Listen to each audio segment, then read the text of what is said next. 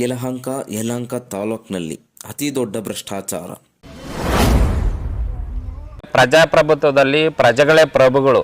ಕಡಿವಾಣ ಹಾಕ್ಬೇಕಂದ್ರೆ ಇಂಥ ಭ್ರಷ್ಟ ಅಧಿಕಾರಿಗಳನ್ನೆಲ್ಲನೂ ಕಾನೂನಿನಲ್ಲಿ ಸಾಕಷ್ಟು ಸುಧಾರಣೆಗಳಾಗಬೇಕಾಗ್ತದೆ. ಸರ್ಕಾರಿ ಗೋಮಾಳ ಜಾಗಗಳು ಸರ್ಕಾರಕ್ಕೆ ಗೊತ್ತಿದ್ದು ಅಥವಾ ಗೊತ್ತಿಲ್ಲದೆಯೇ ಗೋಲ್ಮಾಲ್.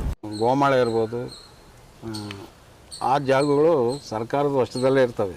ಕಂದಾಯ ಇಲಾಖೆನಲ್ಲಿ ಅವರನ್ನು ಅಮಾನತ್ ಮಾಡಿ ಜೈಲ್ಗಟ್ಟಂತ ಕೆಲಸ ಆಗಬೇಕು. ಎಲ್ಲಿ, ಯಾವ ಊರು, ಯಾವೆಲ್ಲ ಸರ್ವೆ ನಂಬರ್ಗಳು, ಇಂಚಿಂಚು ಮಾಹಿತಿ ಶ್ರೀ ವಿಷ್ಣು ಟಿವಿಯಲ್ಲಿ.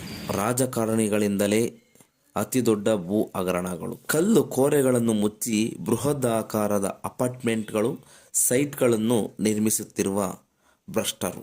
ಈ ಭ್ರಷ್ಟರಿಗೆ ಕಡಿವಾಣ ಹಾಕುವವರು ಯಾರು? ಬೆಂಗಳೂರು ಮಾತ್ರವಲ್ಲ, ಕರ್ನಾಟಕದ ಅನೇಕ ಜಿಲ್ಲೆಗಳಲ್ಲಿ ಎಲ್ಲಿ, ಯಾವಾಗ, ಏನು ನಿಮ್ಮ ಮುಂದೆ.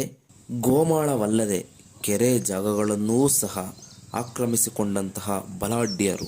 ಅಧಿಕಾರಿಗಳು ಮಾಡುವಂತಹ ಭ್ರಷ್ಟಾಚಾರಗಳನ್ನು ಬಯಲಿಗೆ ತರುವ ಪ್ರಯತ್ನ ಮಾಡೋಣ.